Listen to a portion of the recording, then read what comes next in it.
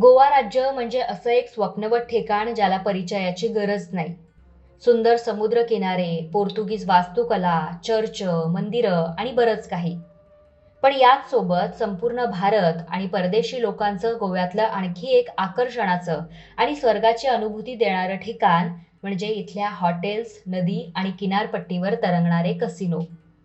नशीब आजमावण्यासाठी असेल, night life अनुभवण्यासाठी असेल, अनेक जण या कसिनोला भेट देतात. गोवा राज्यातल्या अनेक ठिकाणच्या होर्डिंग्जवर या कसिनोच्या जाहिराती ठळकपणे पाहायला मिळतात.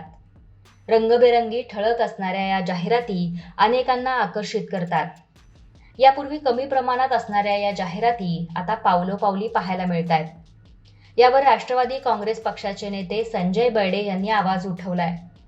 पणजी शहरात ठिकठिकाणी कसिनोच्या उघडपणे केल्या जाणाऱ्या जाहिरातींबद्दल त्यांनी सरकारला जाब विचारलाय.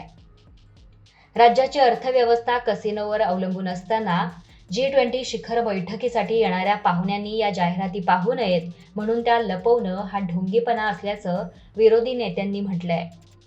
गोवा सरकारनं असल्या अनैतिक जाहिराती न लावता गोव्यातील चांगल्या पर्यटन स्थळाच्या जाहिराती लावाव्यात असं मत बर्डे यांनी गोमंतकशी बोलताना व्यक्त केलंय. राज्यात सध्या G20 परिषद सुरू असल्यामुळं पणजीत जिथं कसिनोच्या जाहिराती आहेत त्यावरती पडदा टाकण्याचं काम चालू आहे. मुळात कसिनोसारख्या अनैतिक धंद्याच्या जाहिराती राजधानीत का म्हणून लावाव्यात? शाळकरी मुलं, युवा वर्ग जे पणजीतून ये जा करतात ते आपल्या पालकांना कसिनो म्हणजे काय हे विचारतात. आता विचार करणं गरजेचं आहे. कसिनोच्या जाहिरातींमुळे लोकांवर आणि मुलांवर होणारा परिणाम आपण पाहतोच आहे. त्यामुळे सरकारनं कसिनो संबंधी सगळ्या जाहिराती काढून त्या जागी गोव्यातल्या नावाजलेल्या पर्यटन स्थळांच्या जाहिराती लावाव्यात असं त्यांनी सांगितलंय. जर काही दिवसात असं होत नसेल तर आपण याविषयी न्यायालयात धाव घेऊ असंही त्यांनी सांगितलंय.